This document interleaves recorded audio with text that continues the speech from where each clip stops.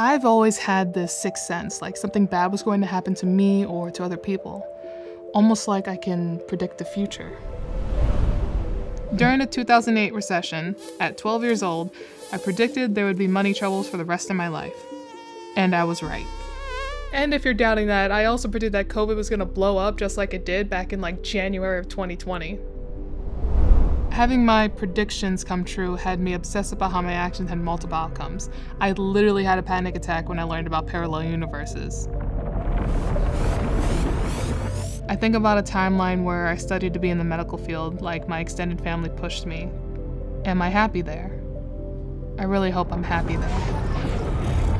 I think about timelines where I went to film and acting school. Was I able to break through the industry? Or maybe I'm just living the same life I am right now.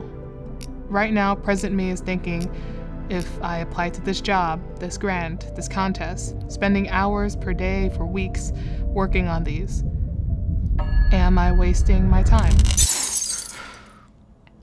All the what-ifs just drove me to a point where I stopped going for any opportunities. Because I was psyching myself out thinking that I didn't think it was worth it because I didn't think I was gonna get it. Or people would make fun of me.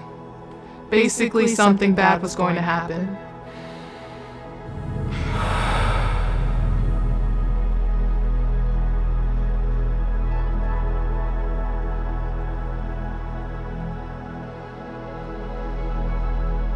Grounding myself can be hard, but I found some ways. First thing is I need somewhere I can concentrate. Depending where I am, if it's too loud, too crowded,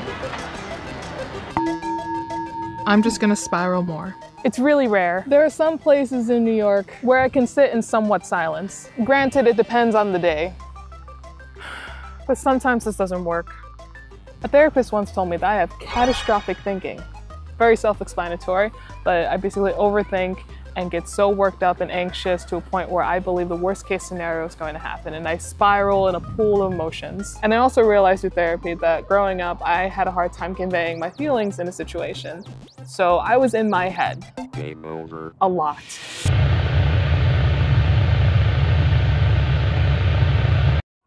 Can't calm yourself down if you don't know what you're feeling, so that's why I used to use a feelings wheel.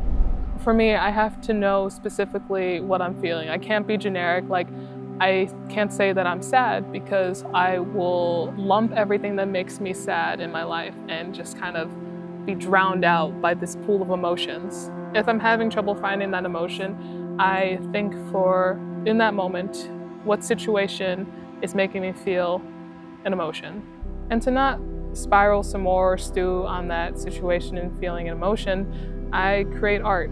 It really helps me process what I'm going through and helps me communicate to others or even just myself. And this is the whole reason why I made this video. For the last couple months, I've been feeling really unmotivated and anxious about this artist journey that I'm on. The last 5 film entries and videos I've made have either flopped or been rejected. And that threw me in a spiral of anxiety, and I have been in a creative block for a very long time. Anxiety almost stopped me from making my last short film. And wouldn't you know it, it actually placed in a film festival, my first time ever. It's really interesting how anxiety and catastrophic thinking can stop you from your next opportunity. Like, I don't know, I don't want to be cheesy and cliche, but when you're really at rock bottom, the only way is up.